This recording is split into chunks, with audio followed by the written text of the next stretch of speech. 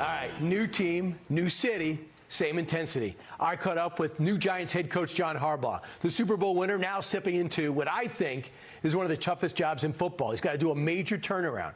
We talk about rebuilding a franchise, mentoring champions, and the message from President Trump that he never saw coming. So from heartbreak to a fresh start, what Harbaugh says faith taught him about pressure, taught him about leadership, and what it really takes to win in New York. Watch.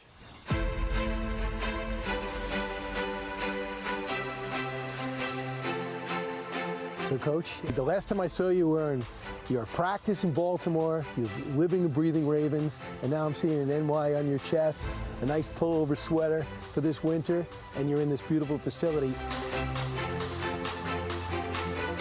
Does it feel like you're the Giants head coach yet? Well, it does. It does feel like the New York Football Giants. I mean, I got a big sign right over there that says New York Football Giants. We got the 4 trophies up here in the indoor. Right. It feels like the Giants. You seem extremely happy. And what did it mean to have your family there, your mom and dad? It meant everything. I mean, to see mom and dad sitting in the front row. They were there 18 years ago, you know, with my wife, and my daughter was there in Baltimore. And here we were for this next leg of the journey, so to speak, and they're with us still, right. Doing great. Dad's still giving me the same advice, the team, you know, good, rough, tough physical football.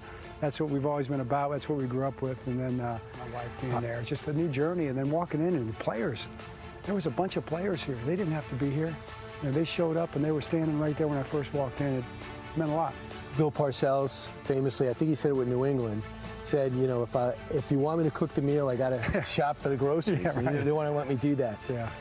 They want you to cook the meal. Do they let you shop for the groceries? Well, yeah, you know, it's important. I saw a bunch of guys playing physical, tough football. A bunch of guys that cared. You know, they weren't concerned about the record. They were concerned about the game, the series, the play. So I'm like, well, I think I can work with these guys. He couldn't say enough nice things about you. This is Mike McDonald when asked about John Harbaugh. I don't think it's possible to overstate his influence on me.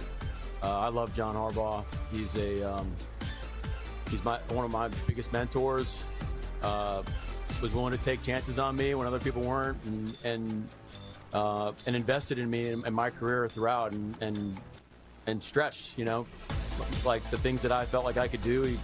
He had a vision for me in my career that I probably didn't have for myself. It kind of makes me a little choked up, you know. I mean, it's a meaningful thing, you know, and I remember, you know, Mike is an introspective guy. He's a guy that, you know, thinks everything through. I couldn't be more proud of him. But, you know, sometimes you can, you know, when you're coming up through the ranks, you know, you kind of can wonder if it's ever going to work for you. And I remember kind of telling him one time, it's like, you know, it's okay to dream big. It's okay to have high expectations. I mean, actually, it's okay to be a little embarrassed by what you want to accomplish. You know, if people aren't laughing at your dream when you tell them, then your dream's not big enough. You know, it needs to be so big that people laugh at you and think it can't be done.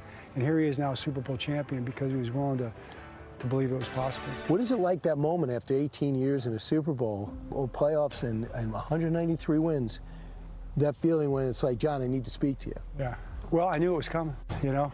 Eric gave me a heads up, and then I talked to Steve, and it was okay. It was okay. I understood it. I understood what he was thinking.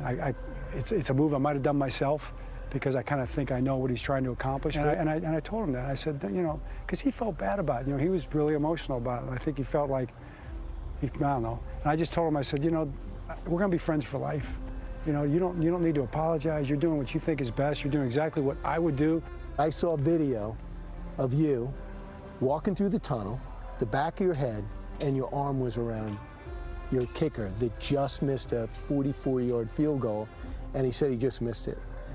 What did you say to him? Why was it important for you to do that?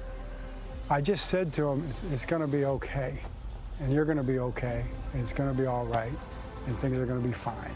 And that was really all I said. And he was crying, you know, because it mattered to him, because he felt like he let everybody down. Does that grounding come because you seem to be a very spiritual guy? Like, he seems to always have it in perspective.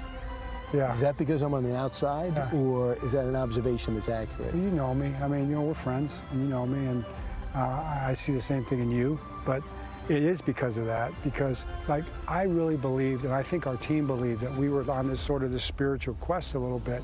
Whatever your beliefs might be, we would start